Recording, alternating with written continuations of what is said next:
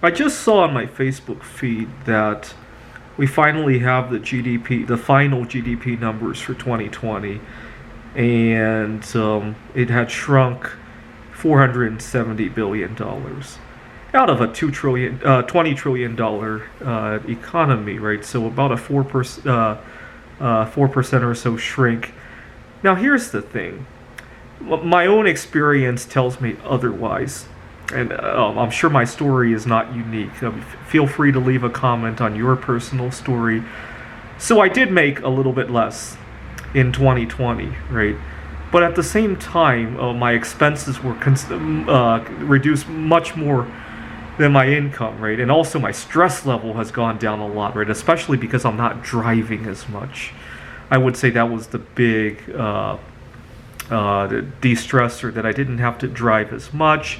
I was working remotely, and I got to live somewhere where I'm more accepted for who I am, right? Back home in Seattle, people don't accept me for who I am nearly as much as out here in Missoula, where I'm currently living. And other opportunities have opened up, right? A lot less stress when I go out, right? When I go to the grocery store or go to a social venue, there's a lot more space in between people, a lot less stress that way, right? And if I had to choose, given the whole package deal, if I wanted to choose between 2019 and 2020, in terms of economics, obviously I don't want people dying, but in terms of economics, I would choose 2020 in a heartbeat.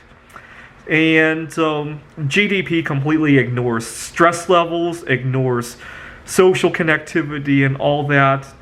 And I just think that there are better metrics, right?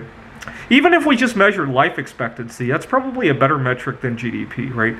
Or I'll let you think about what metric you can measure. But I think GDP completely misses the big picture of how well an economy is doing, because there is a lot more to the economy than the dollar sign, right?